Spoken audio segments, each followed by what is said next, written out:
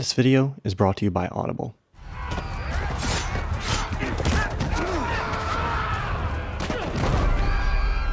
The Disney live-action remake of Mulan has some pretty terrible editing.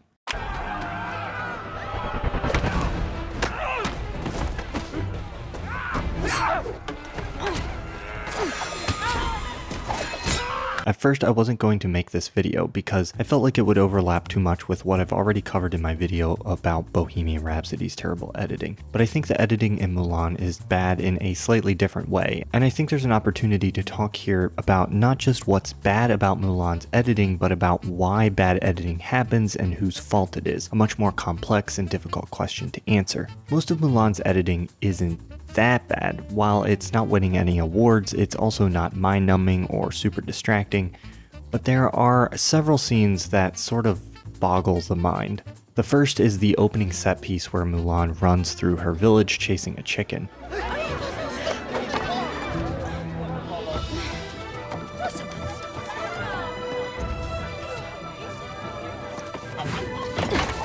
The issue with this scene is that it often breaks continuity of action. Breaking continuity isn't always bad, but it can cause problems when it makes it unclear what action is happening, or when the audience notices the break in the continuity and it creates an unwanted jarring effect. Let's focus in on just a couple sections.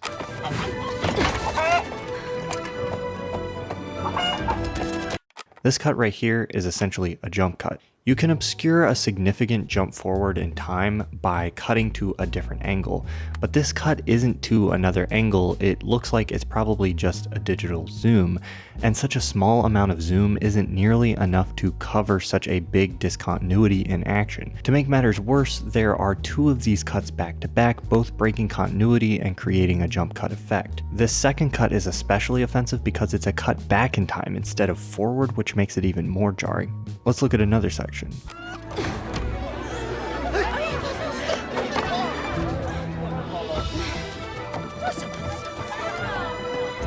Between these shots, Mulan suddenly changes the direction she's facing, and these cuts skip more significant portions of action. This close-up of her leg is especially puzzling to me. It's not well composed for what it's showing, it's not really necessary to understand the action, and it's kind of confusing in conjunction with the other shots. It seems like the main focus of the action here would be on her upper body and her face as she pulls herself up onto the ledge, but that's just completely missing from the scene altogether. A few continuity issues in a scene are usually not a big deal. Very good editing will often have small continuity issues in the action. Look at this cut from my favorite scene in The Godfather where the hand lowering the cigarette breaks continuity. This kind of thing happens all the time in movies and you usually don't notice it. But there are two reasons why these continuity errors stand out in Mulan. The first is that there are so many back-to-back at such a fast pace. The second is that this is an action scene and the continuity issues are with the primary action. Continuity issues are usually more forgivable when the focus of the scene is on a conversation, drama, or an emotion. When we're focusing on people's faces, we tend to be blind to small continuity errors in the action. But this scene in Mulan is put forth as an action scene, so when you disrupt that action visibly, it's much more noticeable because the action is what we're focusing on. You might notice that part of the problem with these scenes is that they're edited so quickly, and while that's definitely a problem here, fast editing isn't inherently bad. It just tends to amplify other issues in editing. So I want to mainly focus on those issues that the fast pace of editing is merely exacerbating. Let's return to the section I showed you at the beginning of the video.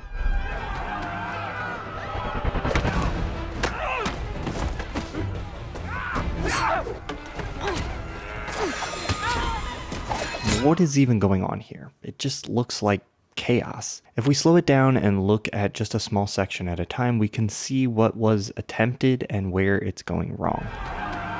This first cut isn't that bad. Even this one's mostly fine, but this one completely interrupts the flow of action. To help hide cuts, editors often time a cut in the middle of an action. Because your eyes are following the continuing action from shot to shot, the cut becomes less noticeable when it's placed in the middle of that action. While this cut is technically in the middle of a single motion, it happens right as that motion is changing direction. So when the cut happens, the action continues in a direction that is different from the one you're expecting, which makes it confusing. The biggest offender then comes right here.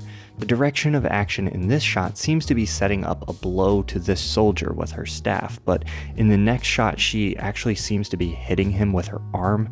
I say seems to because you can clearly see that she doesn't. Usually filmmakers will use an angle for a strike like this that actually hides the lack of contact between the stunt people, but here they choose a full profile for some reason that completely reveals the artifice of the moment. Then we cut away to a wide. If you look closely, continuity is technically maintained here. The soldier is falling away properly behind her and her hand is moving away in the right place. But when the clip is moving at full speed, you can't tell because the composition blocks out the view of the continuing action. So the effect is that there's no continuity of movement even though there technically is. Then she reaches in to grab this guy's neck, another action which is mostly obscured by the composition. We then cut directly across the 360-degree line of action, something that's okay sometimes, but in this case just adds to the confusion in the midst of an already fast-paced and chaotic scene. We then immediately cut to this shot, which not only doesn't add any new information to the scene at the cost of the slight disorientation of a cut, but it's actually a worse shot. The subject of the shot, her face, is out of focus. I could continue to break down each cut, showing how all these little problems add into this giant mess, but that would be tedious and long and repetitive. Instead, I think it's more interesting to start trying to figure out why the editing is like this. The easy answer you might jump to is the editor is a bad editor, but it's not that simple. Sure, this could be the case, but in filmmaking, it's not safe to assume that the editor is necessarily the cause of these problems. If we look at some of the other scenes in the film, David Coulson, the editor of the film, clearly can edit a scene. There's nothing wrong with this scene, for example. You must be courageous, Mulan, for your mother and your sister. For me.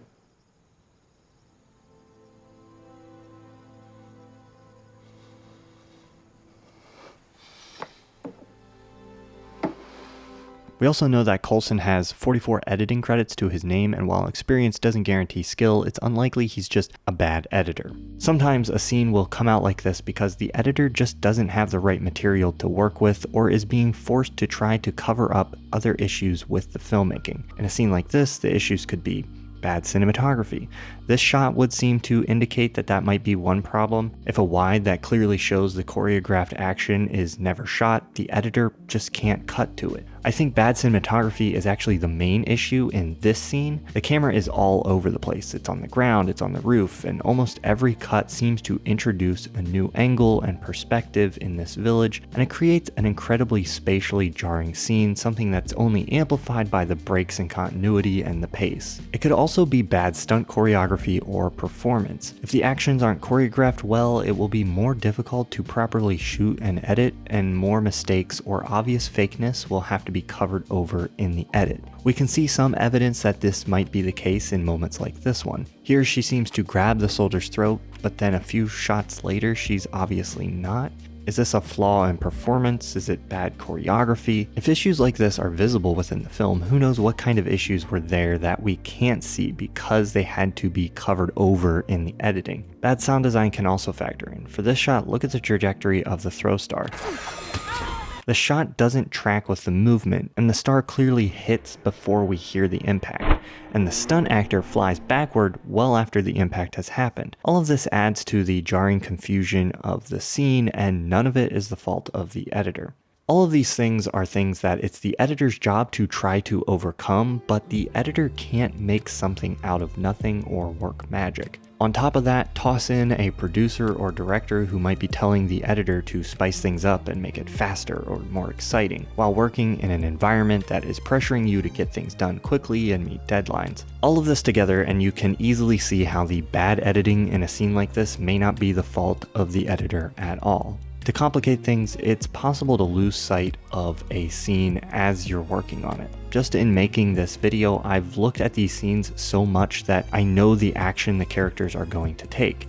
and this knowledge makes the scene make more sense to me and feel less jarring than they did the first few times I watched them. But I have to trust the experience I had watching them the first few times. This is something called exposure blindness, and when it happens, an editor can lose sight of what it's really like for someone to watch a scene for the first time. This is a trap that editors have to work to avoid, and I think it's one that even experienced editors can fall into from time to time. It's why it's so important to bring in fresh eyes to see your work.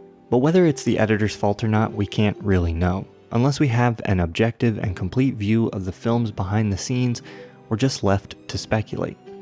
Ultimately, we're faced with the fact that when we talk about editing and film, we're really referring to two different things: the progression from one shot to another on the screen, and the act of editing performed by the editor.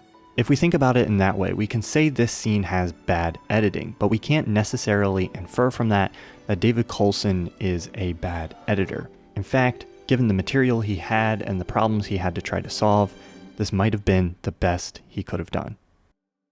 Thank you to Audible for sponsoring this video. Start listening with a 30-day free Audible trial. With that trial, you get one audiobook that's yours to keep forever and access to the entire Plus catalog absolutely free. It's spooky season, so I want to recommend one of my favorite horror audiobooks. The Area X trilogy by Jeff Vandermeer is the series that the film Annihilation was based on. It's not traditional horror, but it's a sort of Lovecraftian existential horror sci-fi that I really enjoyed. The Plus catalog has audiobooks, podcasts, Audible originals, guided fitness, meditation programs, and sleep tracks. All of that, as well as a credit for an audiobook every month, is yours when you become a member at audible.com/ThomasFlight.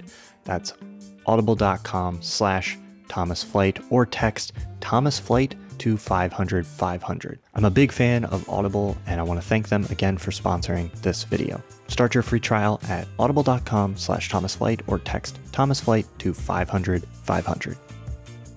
Right now, I'm letting patrons choose a movie for me to watch every month. Last month, they made me watch Naked by Mike Thulis, which I reviewed as my bonus patron video for that month. If you're interested in joining the Discord and getting in on the discussion, go to patreon.com/ThomasFlight.